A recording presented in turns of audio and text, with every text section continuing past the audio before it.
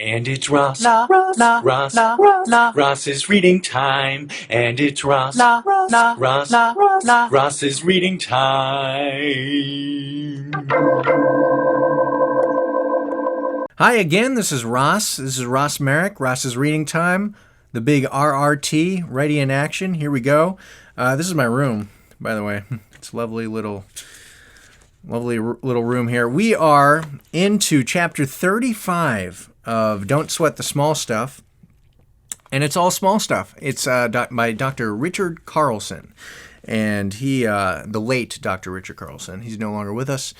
It's been a while since that happened. But anyway, we are in chapter 35. That means we are over halfway through this 100-chapter book, and it is awesome. It's taking us forever, but we're going to reach this before I keel over. So let's just hope for that.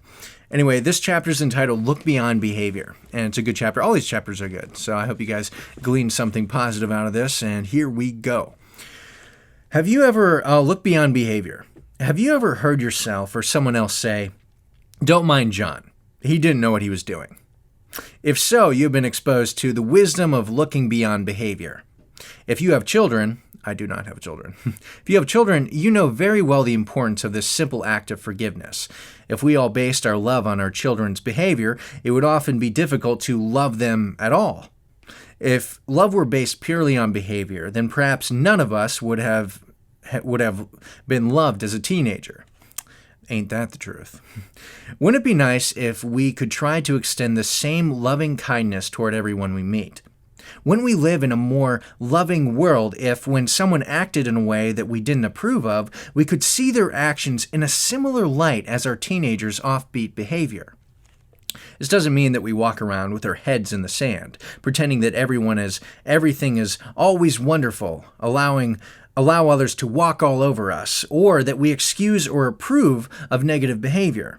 Instead, it simply means having the perspective to give others the benefit of the doubt. Know that when the postal clerk is moving slowly, he is probably having a bad day. Or perhaps all of his days are bad.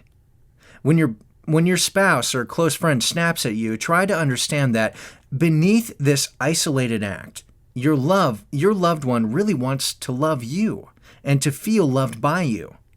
Looking beyond behavior is easier than you might think. Try it today, and you'll see and feel some nice results. I love that. It's simple, it's short, but there's a lot to take away from that. So many people are in just different mindsets and frames of mind at different times of the day. We all know this, but if we could just have that perspective of not knowing where the other person might be mentally or physically or what they're going through and give them the benefit of the doubt, then we could, just be, when we're not assuming, we could just, or in that state of a mindset of just assuming and being in our prideful sets of minds or frames of mind or just whatever, then we could be just living in a better world, a more loving world. And I think there's a lot to take away from that. Anyway, hope you guys enjoyed it, and you guys are doing awesome. And I don't know when the next one's going to be, but hopefully it will be soon. Okay, love you, bye. And it's Ross's reading time. And it's Ross's reading time.